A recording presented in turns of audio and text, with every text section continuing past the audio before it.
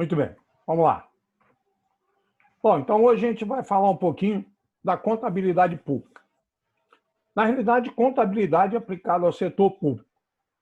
E a primeira informação que eu queria mencionar aqui é que existia anteriormente uma resolução emanada pelo Conselho Federal de Contabilidade, de número 16.8, que tratava basicamente de apresentar aí alguns pontos, alguns entendimentos introdutórios da disciplina. Essa resolução, ela durante algum tempo causou alguns problemas, porque muitos entendiam que essa resolução era voltada basicamente para a aplicação da sociedade anônima e que elas não se aplicavam à contabilidade dos entes públicos, das instituições públicas. Essa resolução acabou sendo revogada e hoje até mesmo ela não pode ser cobrada na íntegra, os conceitos, os objetivos, as definições na íntegra, porque essa resolução foi revogada. Mas essa resolução, apesar de ter sido revogada e com o surgimento, o advento de uma nova norma brasileira de contabilidade, a chamada estrutura conceitual, essa nova norma, ela, embora tenha revogado essa resolução 16.1, ela não revogou, ela não deixou de incluir de forma subjetiva esses conceitos introdutórios que existiam de forma bem explícita na resolução 16.1. E esses conceitos introdutórios são importantes para que a gente entenda o escopo e o limite e o que efetivamente a contabilidade aplicada ao setor público vai se preocupar e qual é a finalidade dessa contabilidade. Dito isto, então, eu fui olhar inicialmente o conceito que estava estabelecido de forma íntegra, na totalidade, nessa resolução que foi revogada, a 16.8. Ela dizia lá que a contabilidade aplicada ao setor público é um ramo da ciência contábil que aplica no processo gerador de informações os princípios de contabilidade e as normas contábeis direcionados ao controle patrimonial de entidades do setor público. Opa! Vejam que ela diz claramente que ela é um ramo da ciência contábil. Assim como na aula passada eu dei uma palhinha sobre contabilidade de custo, que é um ramo da contabilidade, existe a contabilidade aplicada ao setor público, existe a contabilidade geral, existe a contabilidade avançada. Ou seja, a contabilidade aplicada ao setor público é apenas um ramo da contabilidade. Ela é também uma parte dessa ciência social chamada ciências contábeis. E vejam que já aqui no conceito, ela diz que os princípios de contabilidade e normas apenas vão ser direcionadas para administrar quem? O patrimônio. E patrimônio é uma palavra que, quando a gente começa a estudar contabilidade, fica muito claro, o professor normalmente assim determina, patrimônio nada mais é do que administrar o quê? A riqueza de uma empresa. Aqui, no caso, administrar a riqueza de um ente público, de uma organização pública, de uma entidade pública. Bom, olhando esse conceito em pedaços, em pequenas partes, eu retirei inicialmente, para melhor entender esse conceito, a primeira parte que diz contabilidade aplicada ao setor público é o ramo da ciência contábil. Então, a gente percebe que a contabilidade, que é uma ciência social, como é a economia, né? E muita gente, às vezes, se engana porque acha que contabilidade e economia, como usa muito a matemática, é uma ciência exata. Não, ela é uma ciência social. Por quê? Porque se preocupa com as atividades humanas. Logicamente, no caso da contabilidade, aquelas voltadas para administrar o patrimônio, ou de uma entidade pública, ou de uma sociedade anônima, de uma empresa. Então, essa ciência social, ela possui alguns ramos, como a contabilidade societária, a contabilidade tributária, a contabilidade gerencial e também a contabilidade aplicada ao setor público, que hoje é o nosso objeto aqui de estudo. Um outro pedacinho desse conceito diz que essa ciência que aplica no processo gerador de informações. Ou seja, ela começa a mostrar a importância da contabilidade aplicada ao setor público, qual é a sua finalidade. Essa ciência, ela tem como principal propósito fornecer informações para quem toma a decisão. Os agentes públicos, principalmente quando vão tomar as suas decisões, eles precisarão ter conhecimento desses princípios contábeis para que eles possam tomar a decisão de forma mais adequada e, principalmente, que além de ser uma decisão econômica, que atinja, que tenha eficácia, que ela seja também legal, que ela respeite as normas existentes ao embasamento legal vigente. Um outro pedacinho desse conceito diz que ela é voltada aos princípios de contabilidade e às normas contábeis. Ora, aqui nós devemos ter um entendimento que, antigamente, com a Resolução 750 que existia, que achava-se que esses princípios eram voltados basicamente para a sociedade anônima. Não, esses princípios são tratados direta ou indiretamente nessa norma, a norma que substituiu, que revogou essa norma 16.8, que é a norma brasileira de contabilidade chamada estrutura conceitual. E lá fica claro, portanto, que esses princípios também serão aqui obedecidos na contabilidade aplicada ao setor público. E aí eu vou começar a abordar algumas legislações que muitos, talvez dos mais novos, não deem a devida importância, porque, como a Lei 4.320, que data dos anos de 64, e que, em virtude disso, muita gente acha que essa lei, os seus artigos foram revogados. Na realidade, alguns desses artigos contidos na Lei 4.320 foram, sim, revogados ou substituídos por uma nova lei que saiu após a Constituição de 88, que é uma lei hoje muito em voga e muito estudada, que é a Lei de Responsabilidade Fiscal, a Lei Complementar 101 de 2000, que veio para regulamentar alguns princípios estabelecidos na nossa Constituição de 88. Porque eu não sei se vocês sabem, existem o que a gente chama de leis ordinárias, leis subsidiárias e leis complementares. Leis subsidiárias são aquelas que preenchem lacunas de algumas leis que não existem, ou, quando existem, tem algumas lacunas que não são atacadas por elas, como, por exemplo, a Lei de Processo Administrativo. Nós, servidores públicos, também temos que conhecê-la muito bem. E existem as leis ordinárias, que são aquelas que tratam de assuntos específicos e que são aprovadas, essas leis, por votação simples. Já no caso das leis complementares, elas vieram para regulamentar alguns princípios que foram estabelecidos na nossa Constituição, que, por sinal, alguns dos princípios que foram estabelecidos aí na nossa Constituição de 88 ainda não entraram totalmente em vigor, porque algumas dessas leis complementares ainda acabaram não acontecendo.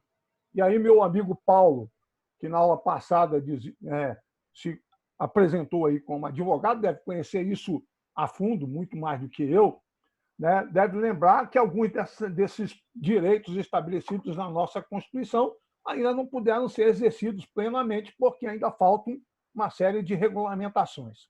Não é isso, Paulo? O que a gente chama das normas de aplicação imediata, ou de aplicação de eficácia contida, ou de eficácia contível, né? Uhum. A imediata dos direitos fundamentais, né? Ele independe de regulamentação. A Constituição foi promulgada, ela já se aplica. Uhum. A de eficácia contida são aquelas que dependem de uma regulamentação. E a contível é aquela que você pode aplicar, mas ela pode sofrer alguma restrição da própria legislação. Está isso lá no José Afonso da Silva, né?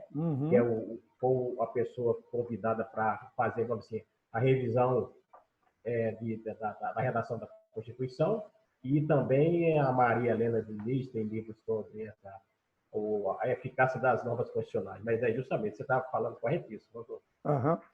Eu tive o prazer de trabalhar na primeira comissão, da primeira revisão da Constituição de 88, eu fui chefe da...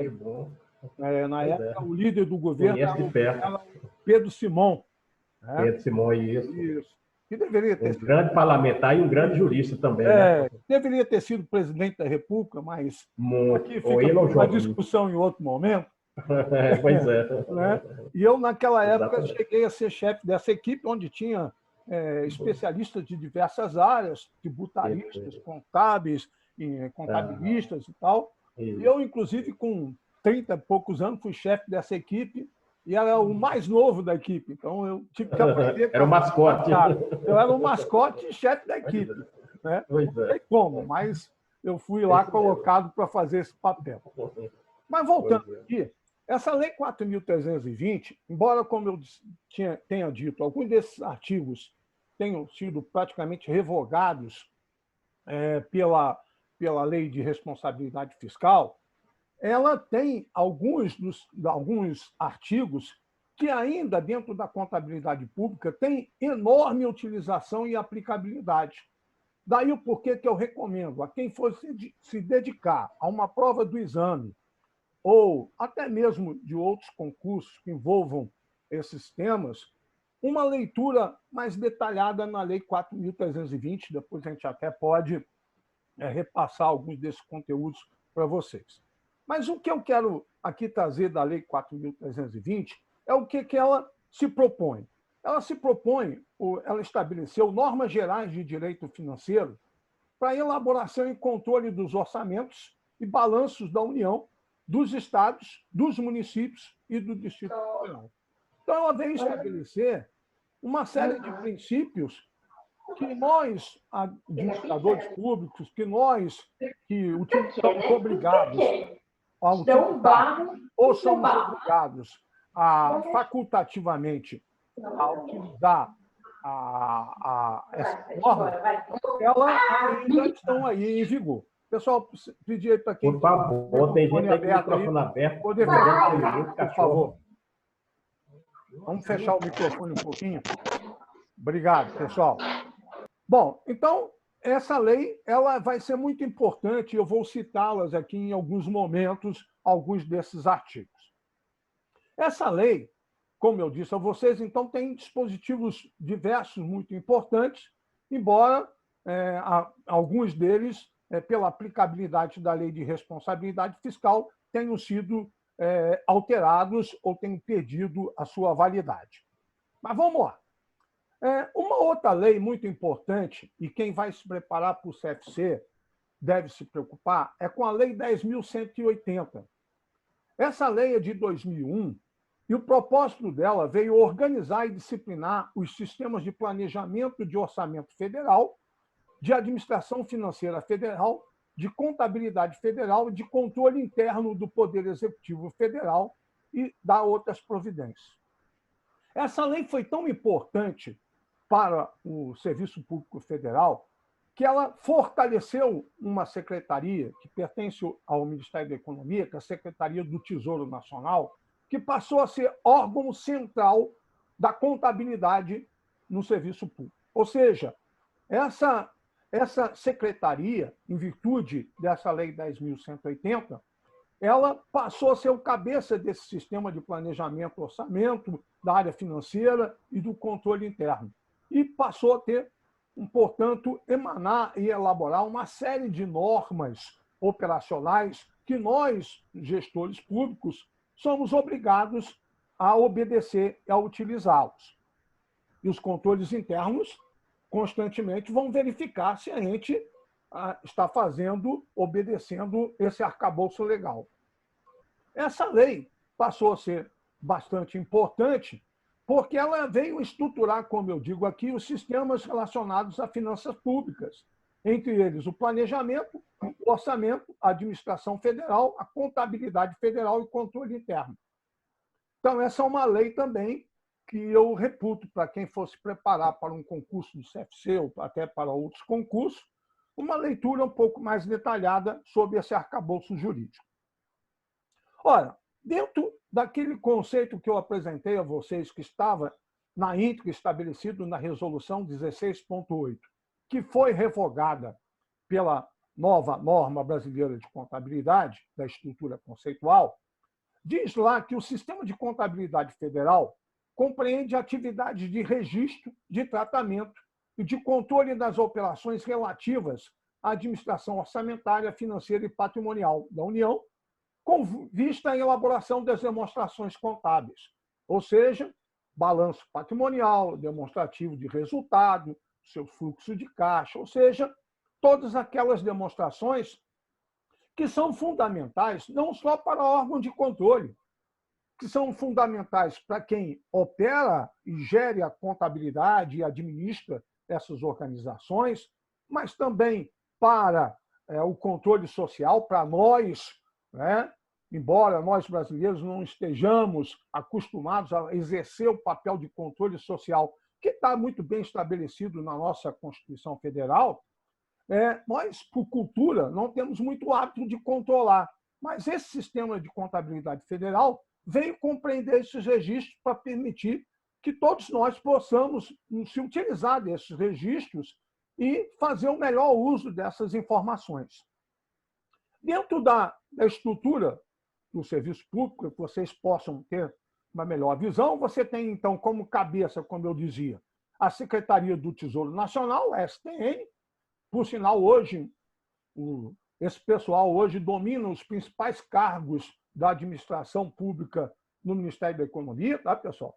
Eles, junto com os procuradores e o pessoal da Receita Federal hoje, são aqueles que ocupam os maiores cargos dentro da administração do Ministério da Economia.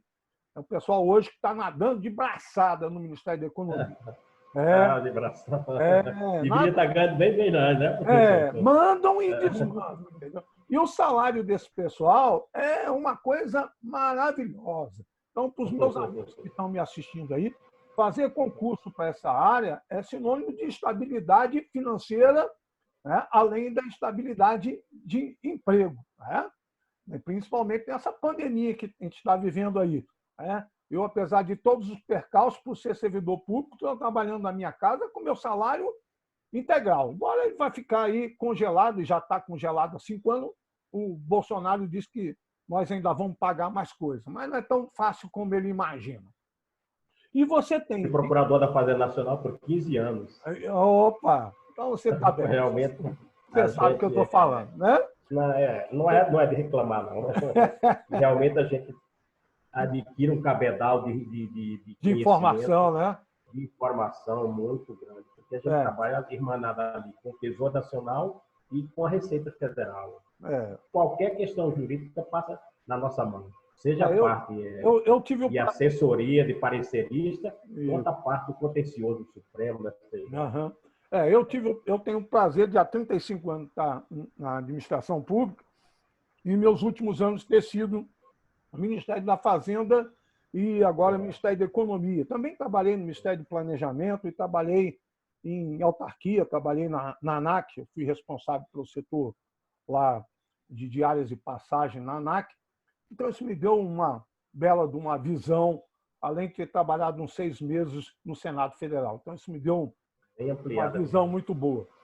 Então, essa cabeça do sistema Secretaria do Tesouro Nacional, ela elabora normas que vão ser obedecidas em cada ministério pelo braço dessa secretaria, obedecendo e implementando e executando essas normas, para que vocês tenham uma melhor visão.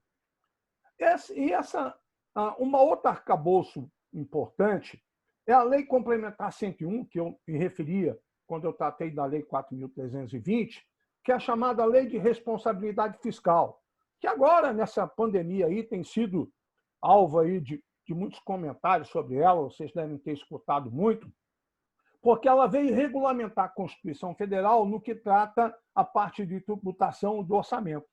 Principalmente lá no capítulo 2, onde ela estabeleceu as normas gerais de finanças públicas a serem observadas pelos 3 níveis de governo, ou seja, tanto a nível de governo federal, estadual e municipal. Isso significa, e aí vem a famosa regra de ouro, né? Onde lá, regulamentando o artigo 169 da Constituição Federal, ela estabeleceu limites para a despesa com pessoal ativo e inativo da União. Né? Inclusive, os estados, desde a década de 80, eles não obedeceram esse princípio e vieram gastando enormemente boa parte das suas receitas correntes para pagamento de pessoal, o que tem ocasionado constantemente diversas revisões por parte do governo para prorrogar e empurrar essas dívidas com juros bem mais baixos que os juros de mercado, e mesmo assim os estados continuaram contratando, usando mais de 60% da sua receita para contratar pessoal. Mas, depois do estabelecimento da Lei de Responsabilidade Fiscal, os tribunais de conta da União nos estados hoje têm fiscalizado um pouco melhor e aplicado algumas sanções em cima dos gestores. Então, essa lei também é importante para quem tem interesse no preparatório aí do CFC.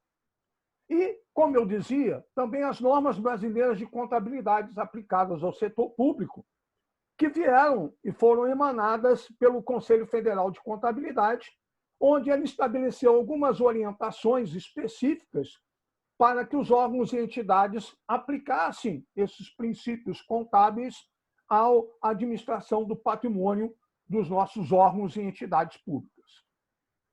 Bom, feito essa primeira observação, e como eu dizia a vocês, o cabeça do sistema é a Secretaria do Tesouro Nacional. A Secretaria do Tesouro Nacional elaborou um manual de contabilidade aplicado ao setor público. Por sinal, o chefe desse manual, o editor principal lá, é o Feijó. Feijó foi meu professor, colega meu de faculdade também, trabalhou comigo em outros locais. Esse manual de contabilidade aplicado ao setor público, ele é um conjunto de procedimentos orçamentários, patrimoniais específicos, que vieram orientar os gestores na aplicação de todo o arcabouço legislativo normatizado para que a gente pudesse ter relação e pudesse aplicar de forma adequada a contabilidade ao setor público.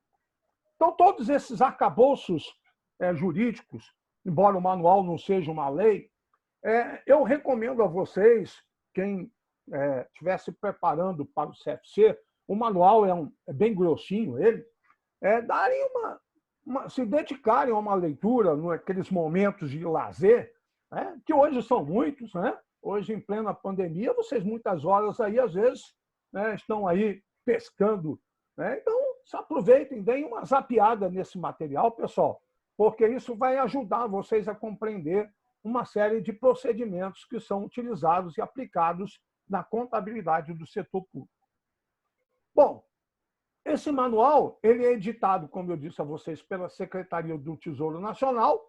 Ele é muito detalhista e ele é um manual que tem uma função basicamente operacional. Tá? Ele é extremamente operacional. Outro pedacinho dentro daquele conceito inicial que eu apresentei a vocês, que estava estabelecido na Resolução 16.8, que foi revogada pela norma de estrutura conceitual, a nova norma brasileira de contabilidade, dizia que estavam direcionados ao controle patrimonial de entidades do setor público. Ora, isso significa que a contabilidade pública vai aplicar nesse processo gerador de informações os princípios contábeis e as normas contábeis que vocês aprenderam na contabilidade ao longo do curso de vocês.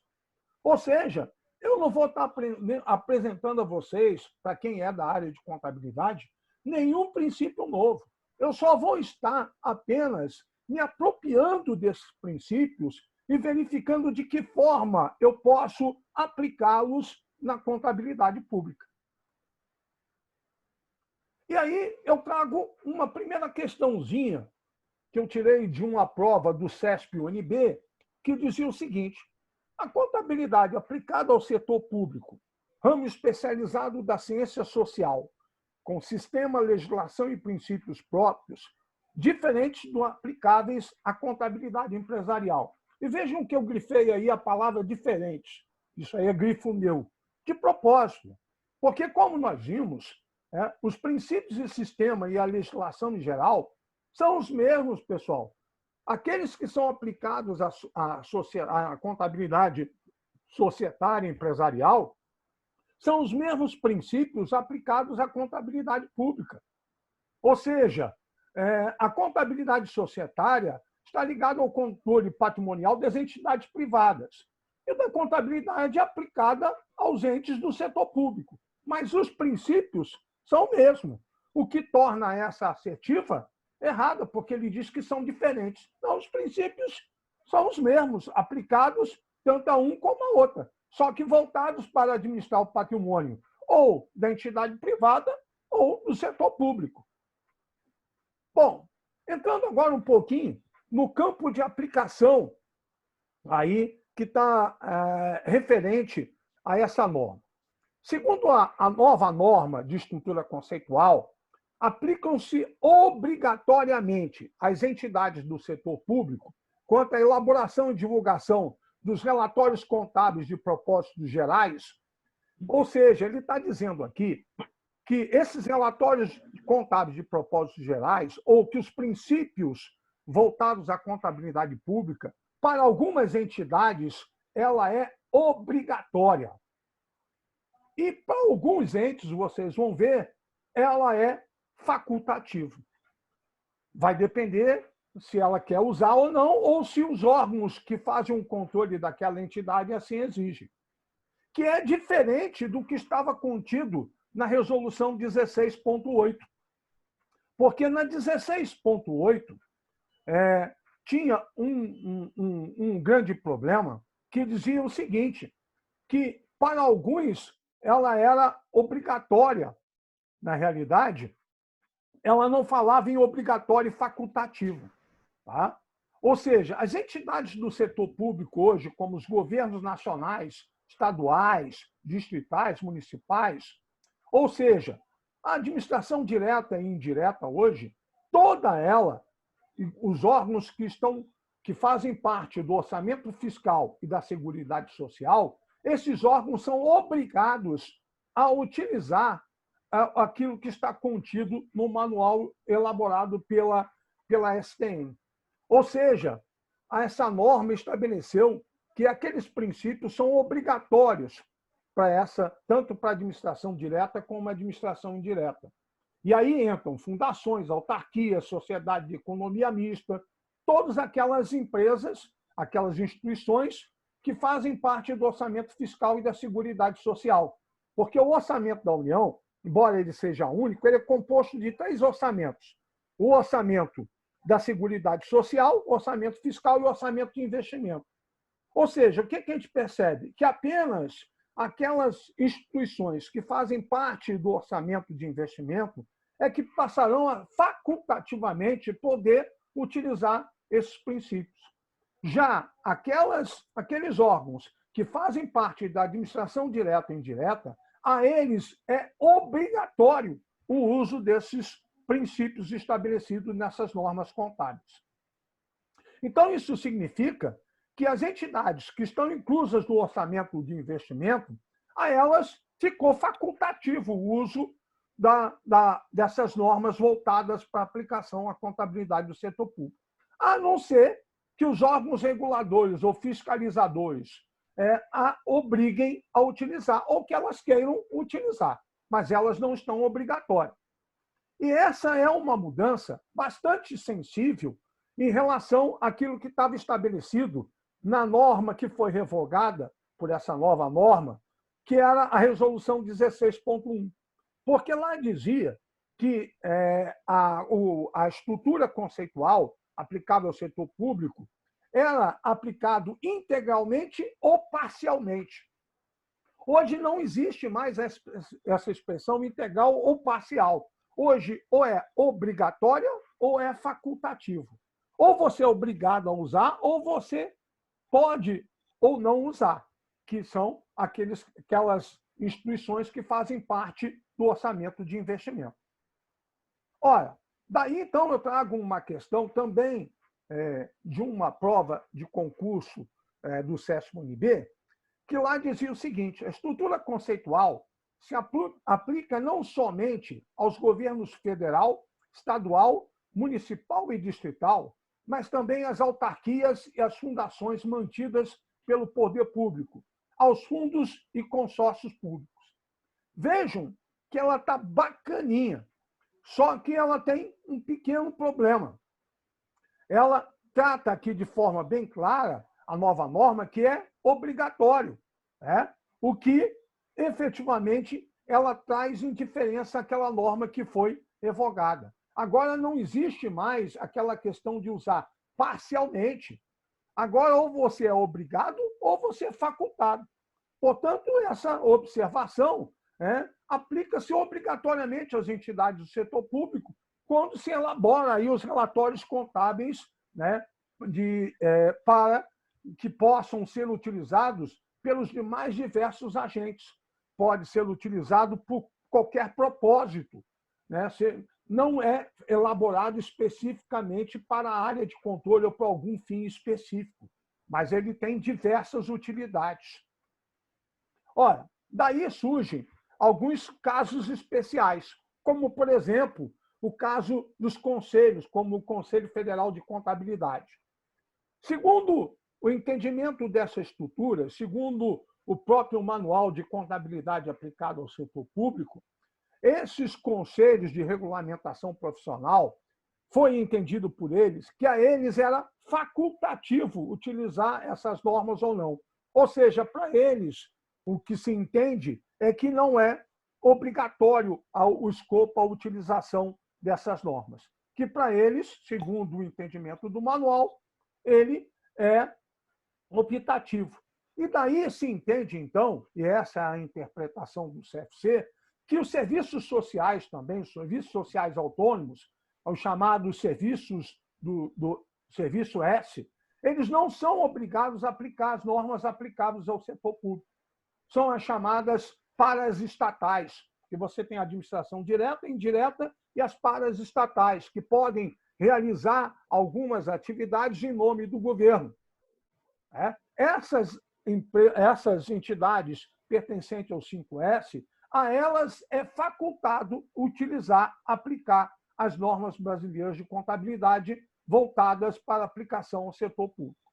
E daí eu trago uma outra questão, então, que foi abordado também numa prova do SESP-UNB, que diz assim: as entidades do setor público são abrangidas pelo campo de aplicação da estrutura conceitual aplicável ao setor público e demais normas brasileiras de contabilidade do setor público. As entidades do setor público, incluindo os tribunais de conta e as empresas estatais dependentes, devem observar o escopo obrigatório, e as demais entidades do setor público devem observar o escopo facultativo, incluindo as empresas estatais independentes. Corretíssimo. Nós vimos hoje que é exatamente isso. Ela é obrigada para a administração direta e indireta e para as chamadas empresas independentes, as empresas estatais independentes, que são aquelas que fazem parte do orçamento de investimento, como, por exemplo, a CEF, os Correios e Telégrafos. A eles é facultativo aplicar as normas brasileiras de contabilidade voltadas para o setor público. E, portanto, essa assertiva está totalmente verdadeira. Aí trago uma outra questão, que dizia o seguinte: segundo a estrutura conceitual aplicável ao setor público, os conselhos de regulamentação profissional, os serviços sociais autônomos e as empresas estatais dependentes devem aplicar obrigatoriamente as normas aplicáveis ao setor público. Nós acabamos de ver, pelo que eu falei, que a eles está facultativo. É o chamado Sistema S e os conselhos, eles não estão a eles obrigados, a não ser que os órgãos de fiscalização ou de regulamentação obriguem utilizar ou aplicar essas normas. Portanto, essa assertiva também está errada. Trago uma outra aqui. Nos termos da estrutura conceitual aplicável ao setor público, entre as entidades que estão dentro do escopo parcial de aplicação das normas aplicáveis ao setor público, estão as empresas estatais independentes e as demais entidades que entregam o orçamento de investimento. Olha, desculpe o termo, a sacanagem que aqui o camarada fez, e eu grifei, escopo parcial. Estaria tudo certo, pessoal, se ele trocasse essa palavrinha, escopo parcial, se ele trocasse por facultativo. Porque hoje, na nova norma, né, não se fala mais, como ele está falando, em utilização parcial plena. Hoje se fala em obrigatória ou facultativo. Então, se você trocasse essa definição aí pela palavra facultativo, você teria essa assertiva totalmente correta. Só que ele jogou de banana. Ele foi se referir a uma resolução que já foi revogada. Portanto, essa assertiva está errada. Olha a sacanagem que o cara fez. Bom, e aí isso me permite a falar um pouquinho, então, de qual é o objeto de estudo da contabilidade aplicada ao setor público. Quando eu dou essa disciplina na faculdade, é uma das primeiras perguntas que eu faço aos meus alunos, e unânime, 90% dos meus alunos sabem o que respondem, que o objeto da contabilidade pública é administrar o orçamento público. E aí eu começo a dar risada e eles dizem, professor, o que o senhor está rindo? Porque, na realidade, o orçamento público ela é apenas, ela obedece a alguns princípios que estão voltados da contabilidade aplicada ao setor público. Mas o objeto da contabilidade pública, assim como é o objeto lá da contabilidade societária, é administrar o patrimônio. Só que aqui é administrar o patrimônio de quem? Da entidade pública. Portanto, o objeto da contabilidade pública é administrar o patrimônio público. E o que significa essa expressão patrimônio público? É como eu coloco aqui para vocês. É o conjunto de bens, direitos, conjunto de direitos e bens, tangíveis e intangíveis, onerados ou não. Já já eu explico melhor aí a questão de bens tangíveis e intangíveis, onerados ou não, adquiridos, formados, produzidos, recebidos, mantidos ou utilizados por entidades do setor público que seja portador ou represente um fluxo de benefícios presente ou futuro, inerente à prestação de serviço público ou à exploração econômica por entidade do setor público e suas obrigações. Então, vejam, em outras palavras, o objeto da contabilidade pública é administrar bens, direitos dos entes públicos, do patrimônio público.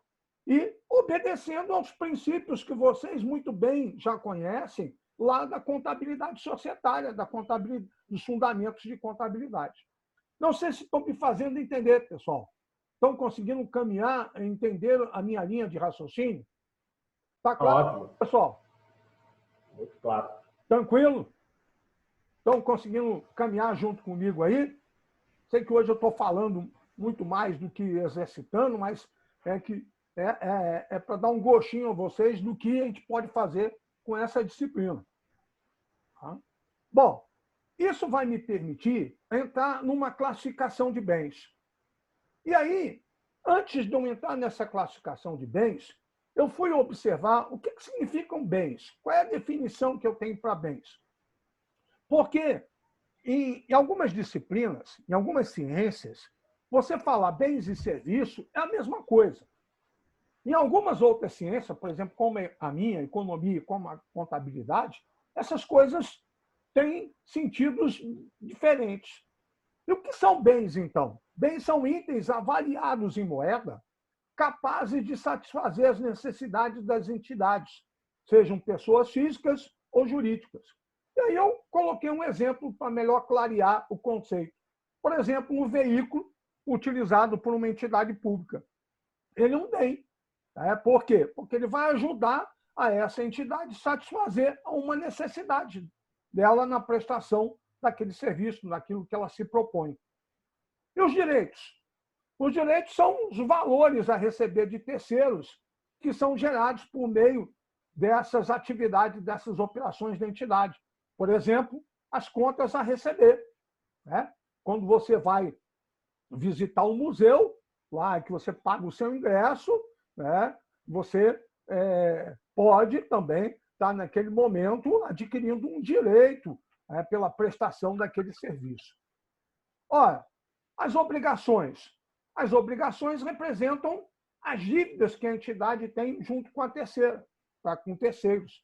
Então, por exemplo, as contas a pagar. Quando a gente realiza um processo licitatório e que, após isso, gera um contrato, a gente assume perante terceiros uma obrigação de, naquela data, saldar aquela dívida, fazer aquele pagamento. E, na definição, ela falava de bens tangíveis. Essa palavra tangível significa concreto, pessoal. Aquilo que eu consigo pegar, ver, enxergar, pegar. É um bem material, corpóreo, como aqui bem eu coloco. E aí, dou um exemplo. Um veículo, um bem imóvel, eu consigo pegar, eu consigo ver. Né? Isso é um bem tangível. E que também faz parte da administração, do objeto da contabilidade pública, de administrar essa parte do patrimônio. E os bens intangíveis? São os bens abstratos, aquele que eu não consigo ver, pegar. Né? Uma marca, por exemplo, como a Petrobras, por exemplo, depois do Lava Jato, essa marca teve uma enorme depreciação, né? Perdeu muito o seu valor. As patentes são também bens que a administração pública também tem como objeto administrar, porque fazem parte da riqueza, do patrimônio desses entes. Esses bens, eles podem ser do tipo onerados ou não. E essa expressão onerar aqui tem um significado de ser utilizado como garantia, como eu bem menciono aqui. Onerar um bem, como eu bem relaciono, é deixá-lo como garantia para o credor no caso de inadimplemento da obrigação. Como exemplo de bens onerados, nós temos as hipotecas, os penhores. Quem já foi na Caixa Econômica penhorar algum dos seus bens, nada mais ele fez foi dar um bem em nome de pegar um empréstimo e que, caso ele não venha saldar esse empréstimo, aquele bem será utilizado para abater a sua dívida. Então, isso também, o patrimônio público precisa, é objeto também de administração. Isso faz parte da riqueza também de um ente público. E esses bens, eles podem, como dizia lá no conceito, serem adquiridos, quando eu adquiro, compro um imóvel, podem ser formados ou produzidos, como, por exemplo, a gasolina produzida pela Petrobras, podem ser recebidos, um imóvel quando é doado, pode ser mantido quando eu alugo um imóvel para operar lá as minhas atividades, e podem ser utilizados, como, por exemplo, um veículo. Então, esses bens podem ter sido dessas formas geradas e que fazem parte, portanto, do patrimônio da riqueza de um ente que precisam, portanto, serem foco da administração pública. Porém, os bens públicos que nós estamos aqui tratando, estamos destacando, ele recebe uma classificação. E essa classificação de bens públicos veio obedecer aí o Código Civil, no seu artigo 99. E aí, meus amigos advogados aí que estão nos assistindo, devem lembrar, como o Paulo e outros, dessa classificação. Essa classificação é também aqui utilizada na contabilidade aplicada ao setor público, que é a seguinte: os bens públicos podem ser classificados em bens de uso especial, aqueles edifícios, aqueles estabelecimentos que são utilizados, são destinados para que esses órgãos, esses entes da administração direta e indireta, possam executar as suas atividades. Existem também os bens dominiais, que são aqueles que estão sob o domínio desses entes, os terrenos, as lojas, as repartições, que também vão estar dispostos a esses entes e que, portanto, também precisam ser administrados, fazem parte, portanto, do patrimônio dessa entidade. E os bens de uso comum do povo, que podem ser entendidos como de domínio público, porque podem ter sido construídos ou não por pessoas jurídicas de direito público. Uma praça, né, um parquinho, né, independente se ele foi construído com dinheiro público ou não, porque ele é de uso comum. E os bens imóveis em andamento, que são aqueles imóveis que estão sendo, aquelas obras que estão sendo ainda realizadas, que estão sendo implementadas. Ora, então essas são as classificações de bem público que o direito civil utiliza e que nós aqui em contabilidade pública também obedecemos. E aí eu trago uma questão também que foi abordada no CESP-UNB, que trata do seguinte: o objeto da contabilidade pública é o patrimônio público, que envolve os bens públicos de uso comum do povo, de uso especial e dominicais. Perfeito, né? Ele foi em cima. Né? Ele só faltou falar aí dos demais, mas ela não está incorreta, né? Ela está perfeita. Essa questão informa corretamente que o objeto da contabilidade é o patrimônio público e que esses bens, né, são classificados dessa forma, de uso comum do povo, de uso especial e dominicais. Perfeita, assertiva.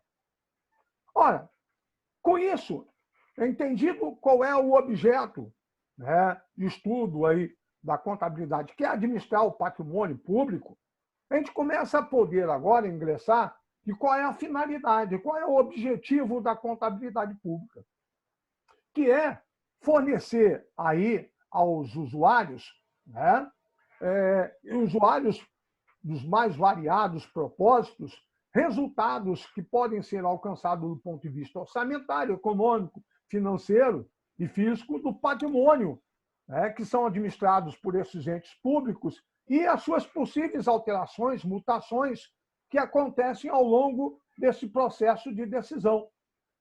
Assim como ela será utilizada para que possa ser realizada a prestação de contas e que ela possa dar suporte a que nós, cidadãos comuns, possamos instrumentalizar o famoso controle social. Além do controle interno, do controle externo, existe a possibilidade prevista na contabilidade, na Constituição Federal de 88, a possibilidade de nós exercermos o controle social e que fazemos muito mal, né?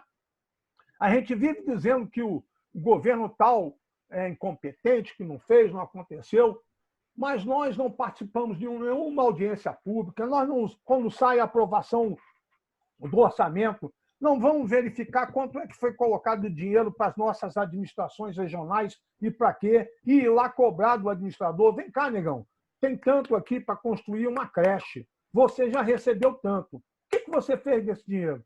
Não, depois que a casa caiu, a gente sabe pelo Tribunal de Contas, pelos jornais, pelo Ministério Público, pela Rede Globo, mas a gente não exerce esse papel de controle social em que muitos dos países, quando o orçamento lá é aprovado, por exemplo, nos Estados Unidos, lá o cidadão anda com aquele orçamento aprovado e cobra do seu gestor o cumprimento daquilo que está lá. E nós temos acesso a essas informações pelo portal da transparência, mas não fazemos.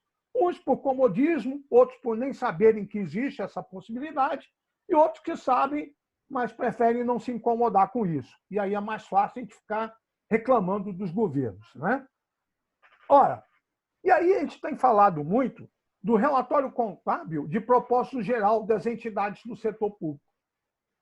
Esse relatório, são relatórios contábeis que foram elaborados ou que são elaborados para que os usuários, de modo geral, possam se prevalecer dessas informações e atender às suas necessidades, sejam necessidades de gerir o patrimônio público, seja necessidade de tomar decisão, seja necessidade de fazer o controle social. Mas eles não foram gerados ou estabelecidos com fins específicos, por exemplo, para processos de controle interno, externo, processos de auditoria, de inspeção. eles são relatórios de propósito de caráter geral, de uso geral, que todo mundo pode se utilizar, né? Que são os balanços patrimoniais e outras informações das demonstrações contábeis que estão disponíveis aí pelo portal da transparência. Ora, qual é, então, o objetivo da elaboração e divulgação dessa informação contábil? É permitir à entidade do setor público, aos usuários, de modo geral, do setor público, que eles possam fazer a sua prestação de conta, responsabilizar o famoso accountable, né? Que é a responsabilização de quem tem que gerir esse patrimônio público e permitir uma melhor tomada de decisão. Então, vejam que o objetivo desses relatórios é não só permitir ao administrador público uma melhor tomada de decisão, aos órgãos de controle uma responsabilização e permitir uma melhor prestação de contas do uso do patrimônio público, mas também permite a gente acompanhar isso a nós pelo controle social. E aí eu trago uma nova questão aqui, para a gente melhor elucidar essa questão. Os relatórios contábeis de propósitos gerais se prestam a dar publicidade à prestação de contas da aplicação de recursos públicos, mas são desprovidos de poder comprobatório para a responsabilização de gestores. E vejam que eu grifei a palavra desprovidos, porque a gente acabou de ver que, além de ela permitir a aplicação de contas, ela também permite a responsabilização, o accountable. E antigamente só quem era responsabilizado era o ordenador de despesa. Hoje, se vocês forem pegar ali a lei de improbidade administrativa, vocês vão ver que vai desde o chefe, do gestor do órgão, até aquele lá que entrou com seu CPFzinho num determinado momento para realizar uma determinada operação. Eu costumo brincar com os meus amigos hoje na administração pública que a gente deveria ganhar muito mais do que a gente ganha, porque o CPF da gente vai ficar atrelado o resto da vida. Eu, por exemplo, que trabalho em área de licitação e compra, meu CPF está lá durante anos. E muito desses propósitos não se extinguem com a minha saída do cargo. Então, é algo complicado. Bom, e aí vem quem são os usuários, então, primários desses relatórios contábeis de propósitos gerais.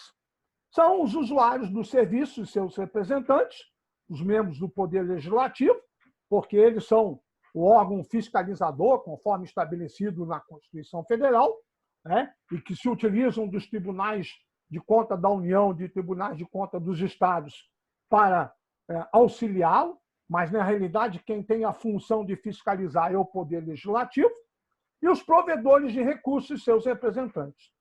Então, esses relatórios gerais de propósito, esses relatórios gerais, contábeis de propósitos gerais, eles não são elaborados e divulgados, como eu disse, por uma situação específica, mas para uma série de uma noção geral do que está acontecendo na administração daquele patrimônio público.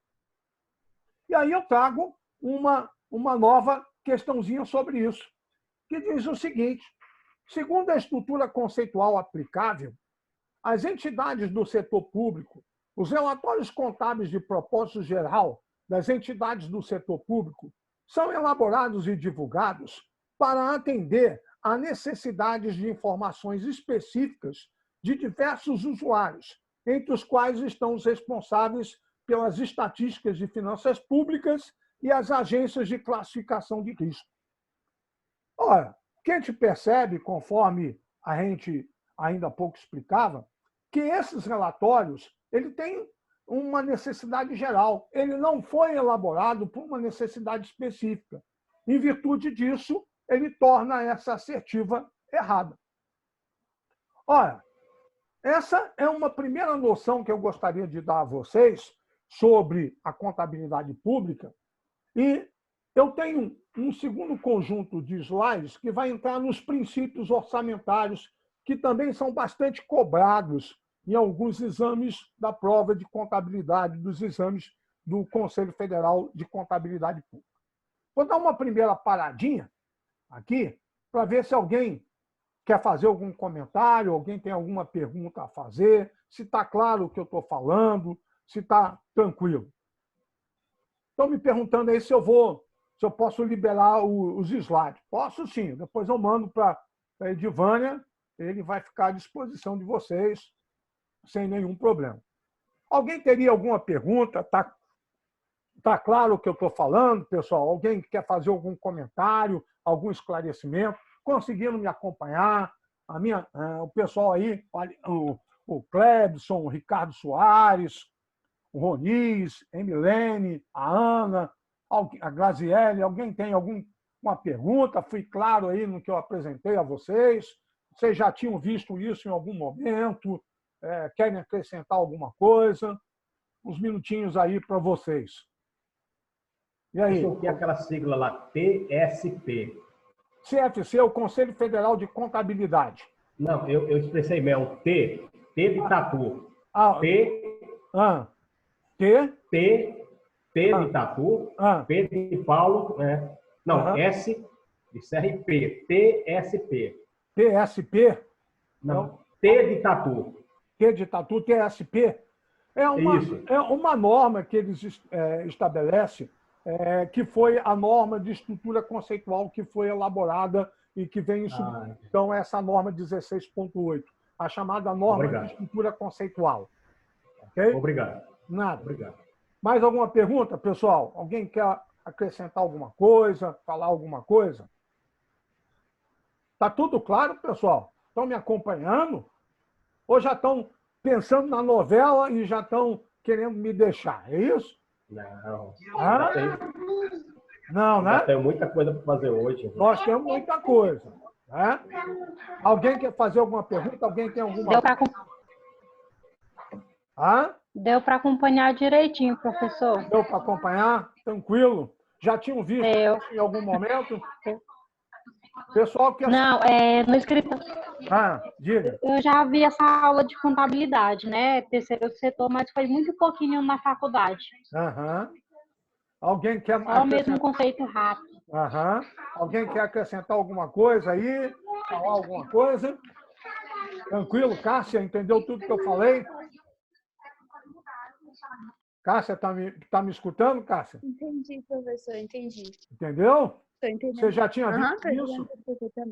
Você já tinha visto isso? Não, ainda não tinha. Na faculdade ainda não tinha chegado nessa disciplina da contabilidade pública. Você ainda não fez contabilidade pública? Não, ainda não. E estou estudando para o TRC e está sendo muito útil a aula. Isso é só uma amostrinha do que a gente pode fazer. A gente tem aí um monte de informação, tem esse curso todo ele pronto, que eu elaborei aí, estava trabalhando aí presencialmente com a Edivânia, mas que a pandemia aí nos atrapalhou aí nesse segmento, que em breve, se Deus quiser, a gente consegue dar um andamento novamente. Edivânia, alguma colocação aí, Edivânia? Roniz aí, que quis se pronunciar aí. Não? Edivânia, algum comentário? Roniz, diga lá. Hugo, tá tranquilo, Hugo? Bom, são 9h05. Eu queria fazer um intervalinho de uns 5 minutinhos. E aí eu vou voltar falando um pouquinho dos princípios orçamentários. Pode ser? Se cair a nossa live, aí nós temos já um segundo link lá que foi encaminhado para vocês. Aí a gente ingressa no segundo. Se não cair, a gente vai continuar aqui mesmo, tá bom? Tá? Vamos dar uns 5 minutinhos para tomar água, um cafezinho rápido, e a gente voltar aqui, que aí eu vou falar dos princípios orçamentários. Vocês vão ver que é outro assunto bem legal também. Tá bom? 5 minutinhos aqui para vocês. Beleza? Valeu. Tchau, tchau.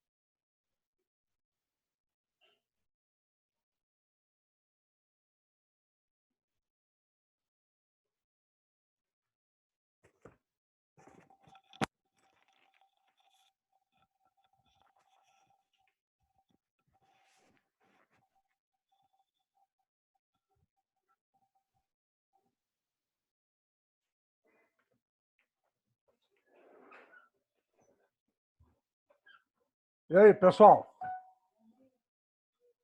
Tranquilo aí?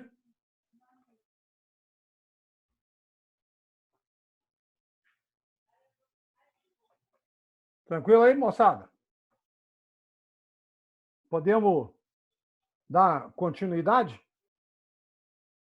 Ou o pessoal já está cansado? Paulo, já está cansado, Paulo? Paulo, está me ouvindo?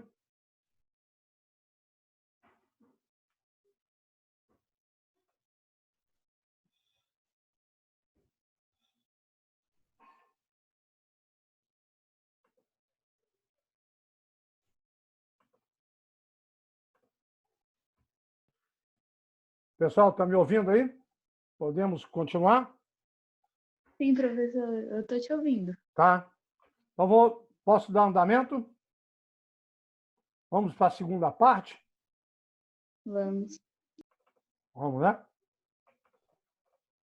Bom, agora, como eu disse a vocês, eu vou falar um pouquinho de alguns princípios que são alguns princípios orçamentários que, nos últimos exames do CFC, eu não vi uma questão aqui exatamente sobre os princípios, não. Mas, se você pegar uma série histórica, vocês vão ver algumas questões no CFC sobre os princípios orçamentários. Então, eu sempre abordo rapidamente nas minhas aulas um pouquinho desses princípios, porque a gente nunca sabe a cabeça desses caras, né? E esses caras sempre mudam de um semestre para o outro. Hoje eu tentei contato, só para vocês terem uma noção, quem tem que fazer o CFC, direto com o CRC e com o CFC, mas eu acho que eles devem estar parados, porque os telefones tocaram, tentei várias vezes durante o dia, não consegui que ninguém me atendesse, porque eu estava querendo saber de quando vai ser a prova do segundo exame, porque o primeiro, pelo que eu entendi, ele não vai acontecer mais. Até para que a gente pudesse se programar. Mas eles estão respondendo por e-mail. Entrar em contato. Eu vou tentar mandar um e-mail. Eu percebi isso depois. Só que aí eu estava fazendo um outro trabalho, acabei que eu não tive tempo de mandar um e-mail. Eu vou até mandar. Depois, se eu tiver alguma informação, eu vou passar para vocês, tá? Para a gente poder se preparar aí melhor para o CFC. Bom, vamos lá. Vamos falar um pouquinho desses princípios orçamentários. Um dos princípios orçamentários estabelecido, uma das premissas básicas, é que o orçamento deve ser uno, ou seja, deve existir apenas um orçamento para o dado exercício. Isso, às vezes, leva um pouco a confundir a cabeça dos estudantes, porque esse orçamento único ele acha que é um orçamento para todo mundo, federal, estadual e municipal. Não, na realidade, o que ele quer dizer, o que isso significa, é que deve existir apenas um orçamento aplicável para cada ente federado, ou seja, um orçamento da União, um orçamento do Estado, um orçamento do município. Para que a gente tenha apenas uma única peça orçamentária. Porque se esse orçamento fosse, ao longo do ano, elaborado diversos orçamentos, a gente ficaria doido, ficaria perdido. Então, se obedece a esse princípio. O orçamento é uno e deve existir apenas um orçamento para cada ente da federação. Vou pedir aí para quem estiver aí com o microfone aberto aí que dê uma fechadinha para nós, gente, para não atrapalhar aí a nossa fala. Bom, modernamente, então, como eu disse a vocês, o orçamento ele é consolidado pelo governo numa visão global. Na realidade, o governo, a União, ele recebe essas propostas orçamentárias de todos os poderes, legislativo e judiciário, consolida isso num único orçamento, né, numa única peça. Mas cada poder ele encaminha a sua proposta orçamentária. Outro princípio obedecido pelo orçamento é o princípio da universalidade, que é uma premissa que diz que o orçamento deve conter todas as receitas e todas as despesas do Estado. Só existe, e aí eu já vi peguinha de prova, de concurso e de CFC em cima disso, que só existe exceção para esse princípio referente às previsões de receita. Não existe essa exceção para o caso das despesas, pessoal. Tá? Então, o orçamento ele deve conter todas as receitas e todas as suas despesas. Mas pode acontecer de que algumas receitas sejam geradas extraordinariamente, algumas operações de crédito, e que ela passa a ser uma exceção a esse orçamento, que, embora não esteja contido naquela peça orçamentária, ele passa a ser uma receita pública. Eu vou falar isso, inclusive, mais à frente. E aí eu trago uma primeira questão abordando isso. Em relação aos princípios orçamentários adotados no Brasil, é correto afirmar que o princípio da universalidade admite exceções no tocante à fixação das despesas? Olha lá, exceção existe, só que não tocante à fixação da despesa, né? Existe a exceção no tocante às previsões de receita, mas não em relação às despesas. Porque vocês vão ver que as receitas são estimadas e as despesas são fixadas. Então, a elas não existe a possibilidade de exceção. Outro princípio obedecido na elaboração do orçamento é o princípio do orçamento bruto, que diz que todas as parcelas de receita e da despesa devem aparecer no orçamento em seus valores brutos, sem qualquer tipo de dedução. Então, o que aparece lá numa rubrica orçamentária, não sei quantos milhões para a construção de estrada, para a escola, para isso ou para aquilo, aquele valor que está lá é o valor bruto, aquilo não tem desconto. Mas também não significa que aquilo que está aprovado no orçamento vai ser tudo liberado, pessoal. Isso vai depender da entrada de recurso financeiro no caixa do governo. Então, uma coisa é o crédito orçamentário, outra coisa é o recurso financeiro. Para que aquele crédito orçamentário possa acontecer, é preciso que o governo tenha, no seu regime de caixa, tenha a entrada desse recurso financeiro. A gente também, mais à frente, comenta isso.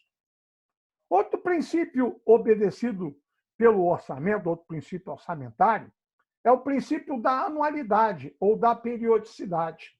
Ou seja, o orçamento público ele deve ser elaborado e autorizado para um determinado período, que normalmente é um ano. Então, em agosto, agora, o governo federal será obrigado a encaminhar sua proposta orçamentária ao Congresso. E o Congresso terá até 31 de dezembro para aprovar ou alterar essa proposta. E depois devolver ao presidente da República para ele sancioná-lo e publicar no Diário Oficial, para que no exercício de 2021 ele possa executar aquilo que foi aprovado. Por isso que não se criam receitas, nem se aumenta a alíquota de impostos, nem se diminui a alíquota de impostos assim, pessoal.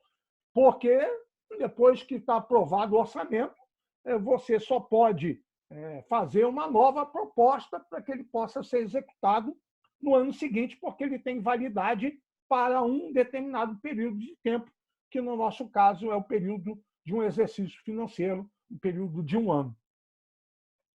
Outro princípio obedecido na elaboração do orçamento é o princípio da não afetação das receitas. O que isso significa? Que todas as receitas orçamentárias devem ser recolhidas ao Caixa Único do Tesouro, sem qualquer vinculação. Ou seja, antigamente, antes da reforma que tornou aí a conta única, você tinha, às vezes, acontecia de ter num determinado órgão da administração pública um órgão com excesso de dinheiro e outro com falta. Aí o que acontecia? Um conseguia realizar suas atividades e o outro, quando tinha falta de recurso, não conseguia fazer nada. Foi feita uma alteração nisso e se criou o chamada conta única. Essa conta única centralizou todos os recursos orçamentários, todas as receitas orçamentárias num único caixa. E o governo, então, que vai definir para onde vai ser destinado essa receita orçamentária. Ou seja, ela não vem já destinada. Essa receita ela cai numa conta única. A gente chama de vala comum, de conta única. Outro princípio obedecido é o princípio da discriminação ou especialização, que diz que a LOA é a Lei Orçamentária Anual, ela não consignará dotações globais destinadas a atender indiferentemente as despesas de pessoal, material, serviço de terceiro, transferência ou qualquer outras. Ela não vai destinar recursos específicos para isso. Ela vem indiscriminado de forma global. Tá? Ela não vai consignar dotações globais destinadas a atender a área de pessoal, não. Ela vai de forma bem detalhada, para que a gente possa fiscalizar e acompanhar a execução desse orçamento. Outro princípio é o princípio da exclusividade. A LOA, a Lei de Orçamento Anual, não pode conter dispositivo estranho à fixação de despesa e previsão de receita. Não existe aqui programa político, não existe promessa política. Aqui, a peça orçamentária, a LOA, ela só cuida de prever as receitas e fixar a despesa. Nenhuma matéria que não seja referente a isso pode fazer parte da LOA, da peça orçamentária. Outro princípio é o chamado princípio do equilíbrio. A Lei Orçamentária Anual vai manter o equilíbrio do ponto de vista contábil, ou seja, que a receita seja igual à despesa. Antes da Constituição de 88, pessoal, o orçamento era meramente uma peça fictícia. Os caras elaboravam uma peça orçamentária e, meu amigo, o nego criava lá emenda a esse orçamento adoidado, botando dinheiro lá para os seus redutos eleitorais, sem que houvesse a devida previsão de receita. Resultado, aquilo virava mera figura decorativa. Hoje não. Depois de 88, depois principalmente da Lei de Responsabilidade Fiscal em 2000, isso mudou, pessoal. Hoje só pode ser executado e receita, a despesa só pode acontecer se houver uma previsão de receita. E quando algum deputado ou senador faz uma proposta de alteração, ele tem que indicar de onde que virá esse recurso, porque a gente já viu que dinheiro não nasce em pé de árvore. Dinheiro não dá, igual nasce batata. O dinheiro ele tem que ter uma origem. Então, hoje, isso para que você possa ter um equilíbrio, você possa ter receita equilibrada com as suas despesas. Outro princípio obedecido na elaboração da proposta orçamentária é o princípio da programação, que diz a utilização do orçamento como auxiliar efetivo da administração, especialmente como técnica de ligação entre as funções de planejamento e gerência. Eu que sou mais antigo no serviço público, antigamente, sabe como é que acontecia a elaboração do orçamento? O cara pedia o dinheiro, o órgão pedia o dinheiro e depois ele pensava como ele ia gastar aquele dinheiro. Hoje não é mais assim, não. Hoje eu elaboro a minha proposta orçamentária, o que eu quero fazer, e a partir daí vai se estimar o recurso necessário e após a aprovação é aquilo que está lá aprovado. Então, a coisa tem melhorado muito, pessoal, apesar de ainda não ser algo perfeito. Outro princípio obedecido pela lei orçamentária é o princípio da clareza. A LOA deve ser apresentada em linguagem clara e compreensível a todas as pessoas que necessitam manipulá-la. Então, foi melhorada bastante de 88 para cá a linguagem utilizada nas propostas orçamentárias, a fim de permitir que o controle social possa acontecer. Porque quem é da área, é lógico que ele está acostumado a entender essa terminologia, que toda ciência tem a sua terminologia. Mas se eu clarear e usar esse princípio, a ideia é fazer com que qualquer um possa entender e ler uma peça orçamentária, uma lei orçamentária, e entender o que nela está contido. Outro princípio é o princípio da legalidade, que diz que a arrecadação de receitas e a execução de despesas públicas deve ser precedida de expressa autorização do Poder Legislativo. essa foi uma das grandes contribuições trazidas pela Constituição de 88 e pela Lei de Responsabilidade Fiscal, que foi os instrumentos de planejamento orçamentário.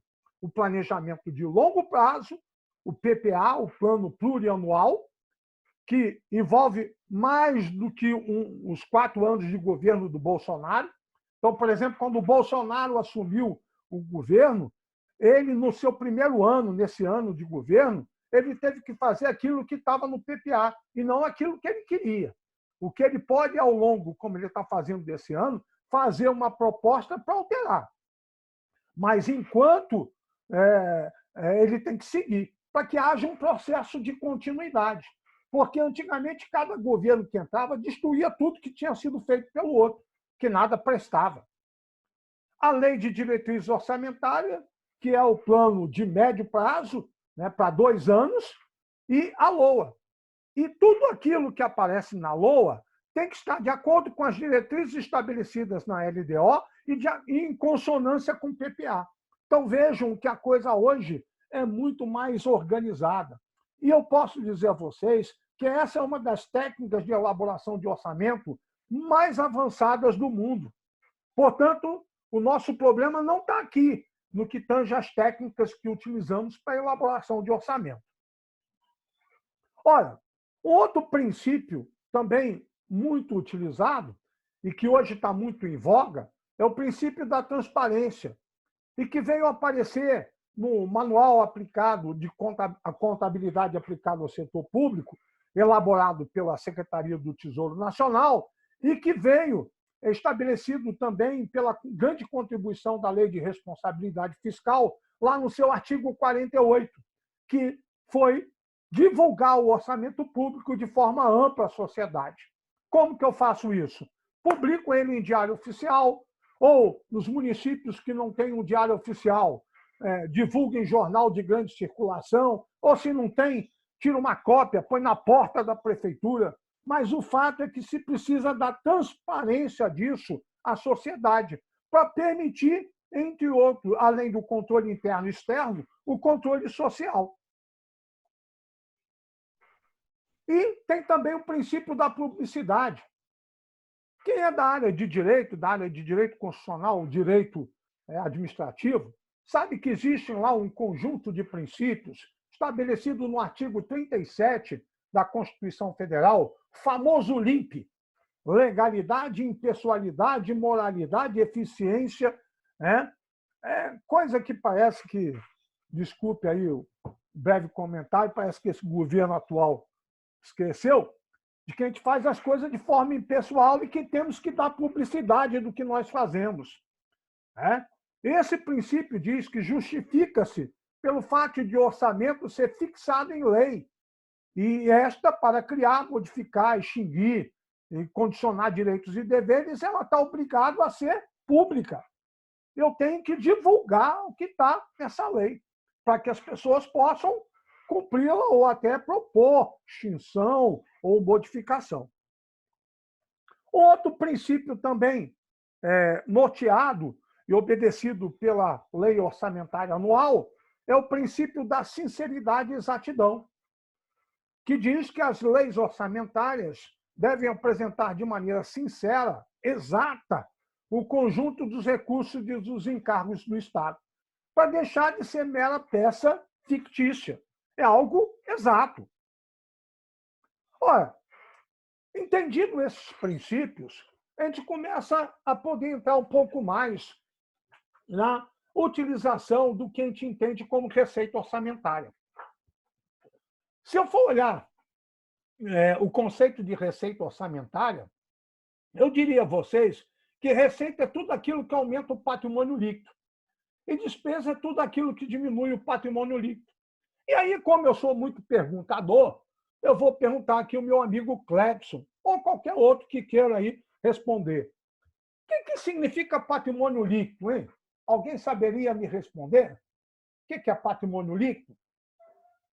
Clebson, Ana, meus amigos aí que estão me ouvindo aí, alguém saberia me responder o que é patrimônio líquido? Hugo, Rones, Vamos lá, e depende. O senhor quer saber sobre liquidez do Não, quero saber patrimônio? o significado da expressão patrimônio líquido. Eu não posso falar para o senhor, infelizmente. E liquidez? Não, alguém saberia também me dizer? Já que você mencionou, e vamos a liquidez, vamos lá, liquidez então. Patrimonial, por exemplo. Se você tem bens como residência fixa, né, um imóvel ou veículos, você não tem um patrimônio líquido, né? Ou você não tem liquidez, desculpa. Liquidez você tem quando você faz a venda de, por exemplo, uma empresa ou então de um imóvel, um veículo, aí você teve liquidez. Vou melhorar, tá? Eu sempre sou um cara que eu gosto de melhorar as coisas. E liquidez, entendam sempre liquidez com a velocidade, a rapidez que eu transformo um ativo em din-din, em dinheiro. Por exemplo, uma Ferrari. Uma Ferrari, sei lá quanto custa uma Ferrari, porque eu mal estou dando conta de comprar o Fusquinha, mas vamos imaginar uma Ferrari, deve custar muitos milhões aí, ou muitos mil aí. Uma Ferrari, vamos estabelecer que ela custe aí 100 mil, é fácil de vender uma Ferrari, de transformar ela em dinheiro? Se eu comprar ela por 100 mil, será que eu consigo amanhã vendê-la por 100 mil? Hein, Hugo? Consigo? Desculpa, professor, não ouvi. Se eu comprar uma Ferrari por 100 mil e quiser vendê-la amanhã por 100 mil, será que eu consigo? Com facilidade fazer isso? É provável. Se nós estivermos falando sobre números fictícios, sim. É provável que não, porque ela é um ativo que não tem muita liquidez, ou seja, que não é tão fácil ser vendido. Mas se eu comprar um carro popular hoje e quiser vender praticamente amanhã, quase que pelo mesmo preço, por uma pequena queda, é muito provável que eu consiga. Ou seja, a liquidez é a velocidade, a rapidez com que eu transformo um ativo em dinheiro. E quando eu me refiro aqui a patrimônio líquido, e aí para que vocês não esqueçam mais, patrimônio líquido é o patrimônio, é o capital do sócio da empresa. E toda a receita orçamentária, ela aumenta o patrimônio líquido e a despesa diminui o patrimônio líquido sob a ótica dessa visão orçamentária. Mas essa visão orçamentária, ela é muito focada para uma disciplina que vocês já devem ter feito aí nas faculdades de vocês, que é a disciplina de Administração Financeira Orçamentária, a famosa AFO, que lá diz que o objeto do orçamento, que lá o objeto é o orçamento público, né? E que ela se refere à receita e despesa como algo que vai aumentar ou diminuir o patrimônio líquido.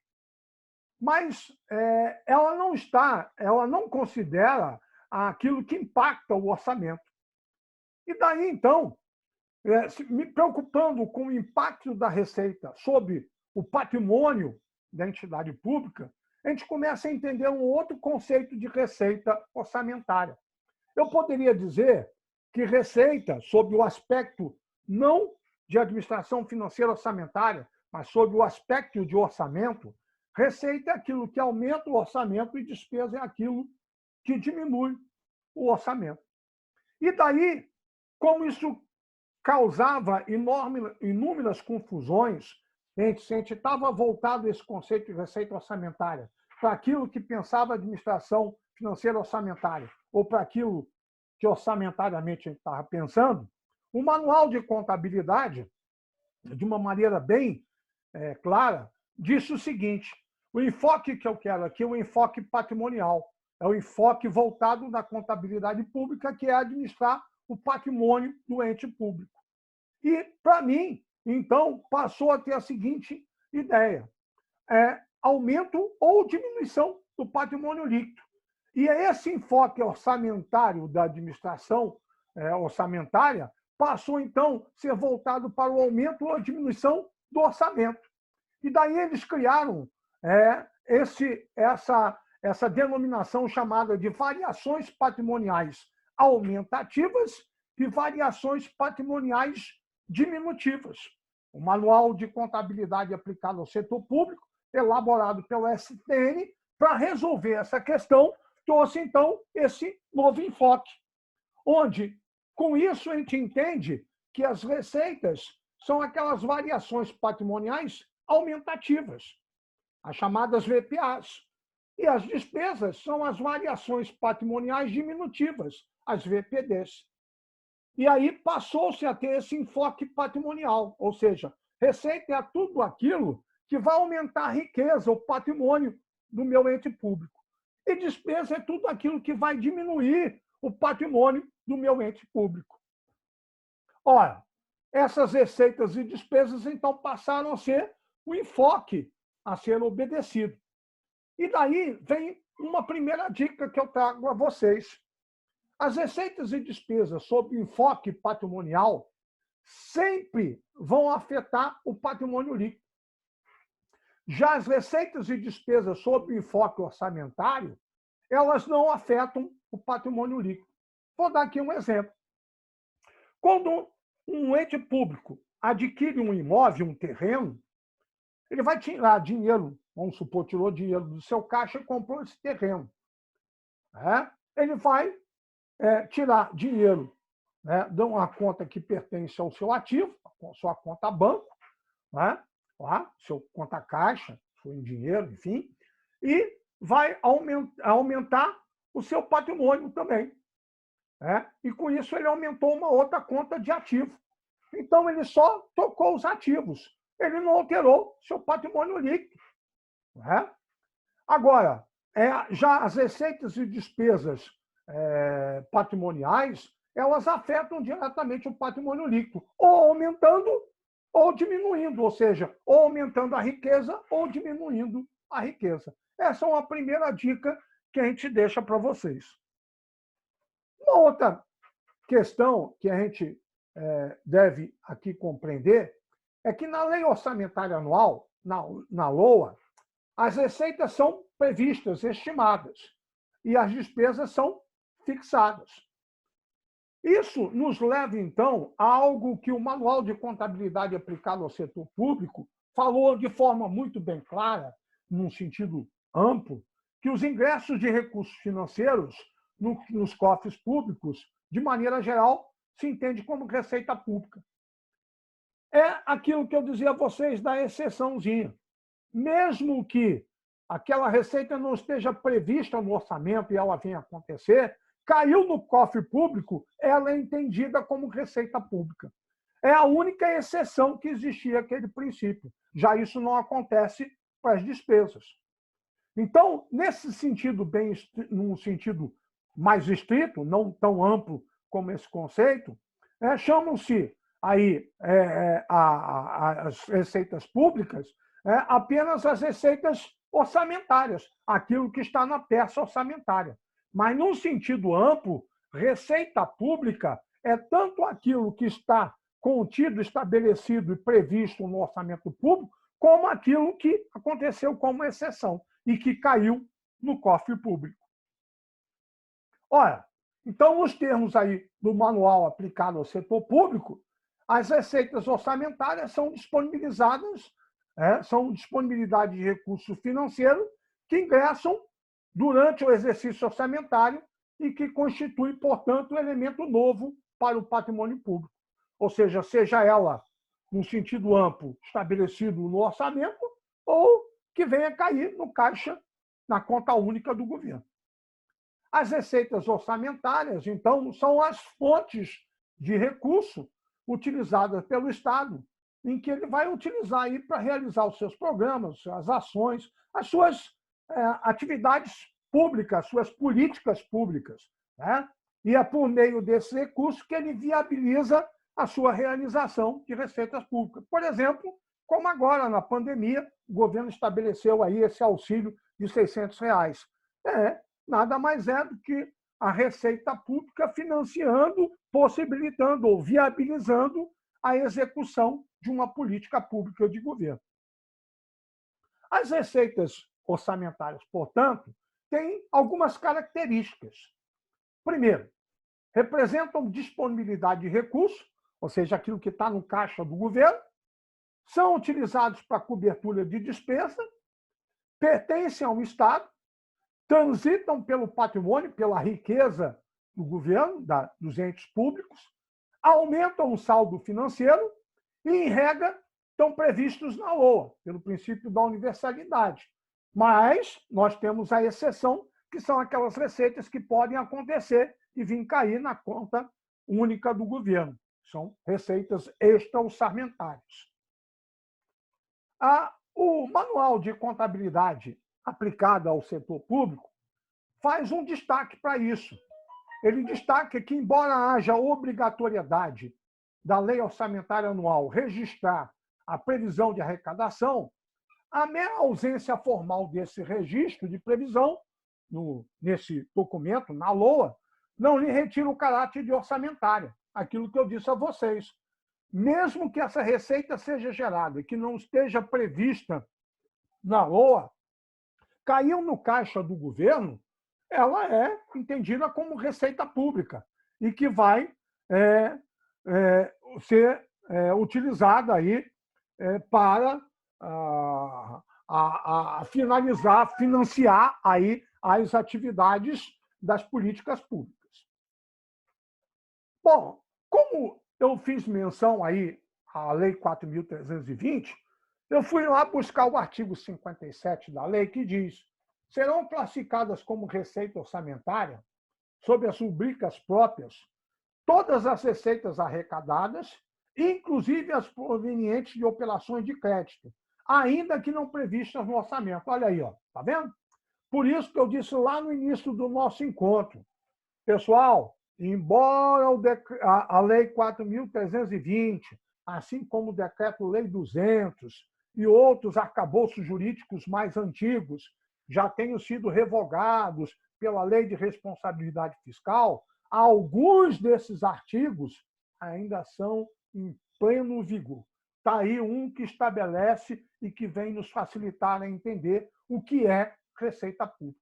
Então, receita pública, no sentido amplo, é tudo aquilo que caiu no caixa do governo, independente se estava ou não previsto no orçamento público.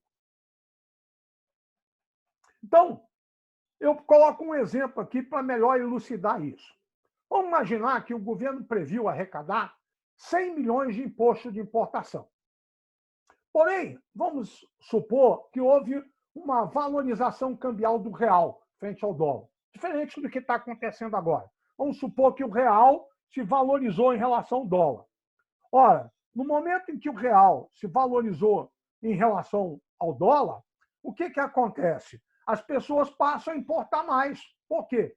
É como se o preço do produto importado ficasse mais barato. Porque eu, com a mesma quantidade de reais agora, vou comprar mais daquele produto importado. Com isso, ao invés de arrecadar, de repente, 100 milhões, o governo, digamos, arrecadou 120 milhões. 20% a mais do que estava previsto. Ora, o que acontece em virtude disso? Esses 20 milhões arrecadados a mais serão considerados como receita orçamentária ou receita extra-orçamentária? É a primeira pergunta que eu faço. Alguém saberia me responder? Esses 20 milhões a mais, pessoal, arrecadado aí pelo imposto de importação, ele vai ser classificado como receita orçamentária ou vocês acham como receita extra-orçamentária? Alguém sabe me responder? Cássia, Clebson? Ou o pessoal já está vendo novela? Professor, eu acho que uma receita extra-orçamentária, como não estava previsto no orçamento. É, né? Olha lá, o artigo 57, olha, eu vou voltar nele. Neste caso, a receita será orçamentária, porque todas as receitas arrecadadas, ainda que não previstas, são consideradas orçamentárias, independente se estava lá previsto. Está vendo, Cássia? Então, a entender bem a Lei 4.320 nos auxilia em muitas questões do CFC. Então, gravem, receita orçamentária independe se estava previsto no meu orçamento ou não. Caiu no caixa do governo, conforme a Lei 4.320, ela é considerada receita orçamentária e esse artigo está em vigor. Ok? Agora, alguém poderia me dizer, alguém mais já adiantado na disciplina: ah, professor, mas tem exceções a essa regra. Tem. e aqui eu coloquei para vocês. Quais são as exceções a esse artigo 57 da Lei 4.320? As operações de crédito por antecipação de receita, as famosas ARO, as emissões de papel moeda, quando o governo emite moeda lá na Casa da Moeda, né? E as entradas compensatórias. Por exemplo, quando você faz um empréstimo consignado, o governo é apenas mero fiel depositário. Não há nenhum aumento do patrimônio. Então, essas são as 3 exceções à receita orçamentária. Com exceção dessas, todas as demais que caem no caixa do governo, que entram no caixa do governo, seja ela prevista no orçamento ou não, para não esquecer, são receitas orçamentárias, conforme estabelecido pelo artigo 57 da Lei 4.320. Ok? Bom, são 15 para as 10.